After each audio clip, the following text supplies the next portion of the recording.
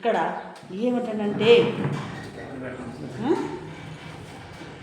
వారు యెహోవా వైపు తిరిగిన యెడల ఆయన వారి యందు జాలిపడును.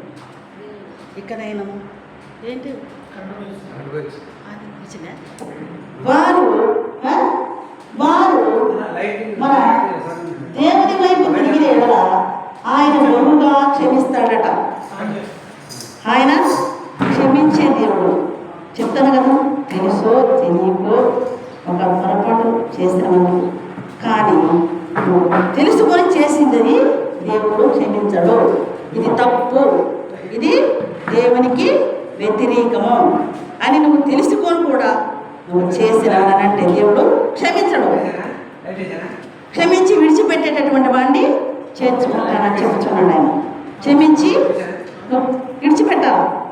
చేసి తెలుసుకొని విడిచిపెట్టిన వాడిని దేవుడు క్షమించి మళ్ళా తప్పిపోయిన గొర్రెని ఆయన ఎలాగైతే తప్పిపోయిన గొర్రెని ఆయన ఎలాగైతే చేర్చుకున్నాడో నిన్ను కూడా ఆయన అలాగా చేర్చుకోవటానికి సమసిద్ధంగా ఉన్నాడు. ఏంటి ఈ లోకంలో ఏమంటానంటే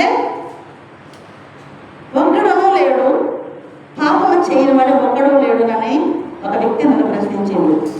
లేడు, అందరూ పాపం చేసి పాపం తల్లి గర్భంలో నిరూపింపకొని పోయి నేను పాపమునే మంచి వచ్చాను, కానీ ఆ పాపంలో జీవిస్తున్నామా బయటకు వచ్చాక దేవునిలోకి వచ్చి దేవుని నమ్ముకున్నాక ఆ పాపాన్ని విడిచిపెట్టి దేవునిలో పరిశుద్ధంగా మనం జీవిస్తాం. అంతేగాని పాపము చేయనివాడు ఒకడును లేడు పాపము చేయనివాడు అని నన్ను ప్రశ్నిస్తే పాపంలో నుంచి వచ్చినాం. దేవుడు మనల్ని తల్లి గర్భంలో నిరూపింపే నీవు పాపంలో పుట్టినవాడవు, పాపంలోనే తల్లి నిన్ను గర్భము ధరించును అని చెప్పింది. కానీ అందులోనే లేవు మనం. అట్లనే దేవుడు ఇక్కడ ఏమంటాడంటే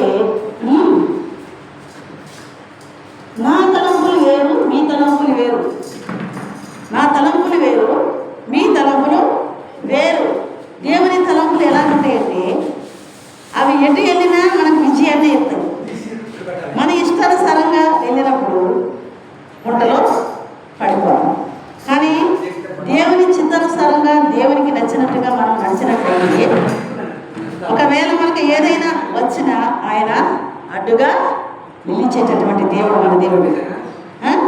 దేవుడు అపాయం వచ్చినప్పుడు నేను నిన్ను కాపాడుతాను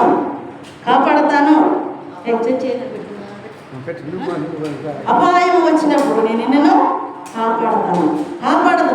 లోకమంతయు నా మన దృష్టి నిలిచి ఉన్నది. ఏంటి ఏ బిడ్డ ఏ అపాయంలో పడుతుందో, ఏ బిడ్డకి ఏ అపాయం కలుగుతుందో, ఏ బిడ్డ ఎక్కడ ఏమి మరి కష్టంలో ఉండదు, ఆకలితో ఉండదు, దప్పిక ఉండదు. మనము నిద్రపోతాం కానీ ఆయన నిద్రపోడు. ఈ దేవుడు కొనకడు, నిద్రపోడు. ఈ దేవుడు దివారాత్రంలో నా కళ దృష్టి లోకమంతయు సంచారం చేయించున్నవి.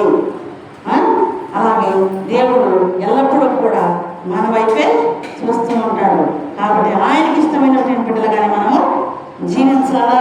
ఇక్కడ అలాగే చెప్తున్నాడు, నా తలంపులు వేరు మీ తలంపులు, నా తలంపులు వంటివి మీ తలంపులు కావు. ఇక్కడ మీ త్రోవలు నా త్రోవల వంటివి కావు. ఇది యెహోవా వాక్కు.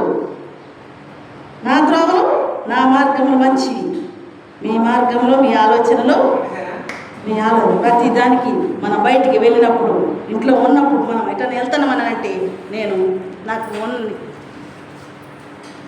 ప్రార్థన చేసుకోకుండా బయటికి వెళ్ళాను. దేవుని సంఘం ముందు అది చిన్న పని కానీ పెద్ద పని లాస్ట్కి నేను గట్టికి వెళ్ళినా ప్రార్థన చేసుకున్నాను. ప్రభువా నీకో నన్ను నేను అప్పగించుకొని వెళ్తానా, నీ చిత్తం అయినా నన్ను నడిపించని నేను ప్రార్థన చేసుకున్నాను. అటువంటి విశ్వాసం కావాలి. ప్రార్థన చేసుకొని దేవుని అడిగి చేసేటటువంటి వారిగా మనము ఉండాలి. అప్పుడే దేవుడు నీ మీద కనికరం ఉంచుతానని ఇక్కడ చెప్పుచున్నాడు. ఆకాశములను భూమి పైన ఎంత ఎత్తుగా ఉన్నప్పుడు మీ మార్గముల కంటే నా మార్గం అంత ఎత్తుగా ఉంది అంటుండ వేసే. ఆకాశము భూమి ఎంత ఎత్తుగా ఉన్నదో ఆయన మార్గము అంతకంటే ఎక్కువ ఉన్నాయి. ఆయన మించిన వారు లేరు. ఆయన మించినటువంటి దేవుడు ఉన్నాడా? ఒకడే దేవుడు. నీ జీవితంలో వేరే నీ భర్తనైనా, నీ బిడ్డలనైనా, నీ సమస్తానైనా, నీ ఆస్తినైనా, నీ దేనినైనా కూడా ఆయనని మించి నువ్వు ప్రేమించినట్లయితే దేవుడు నేను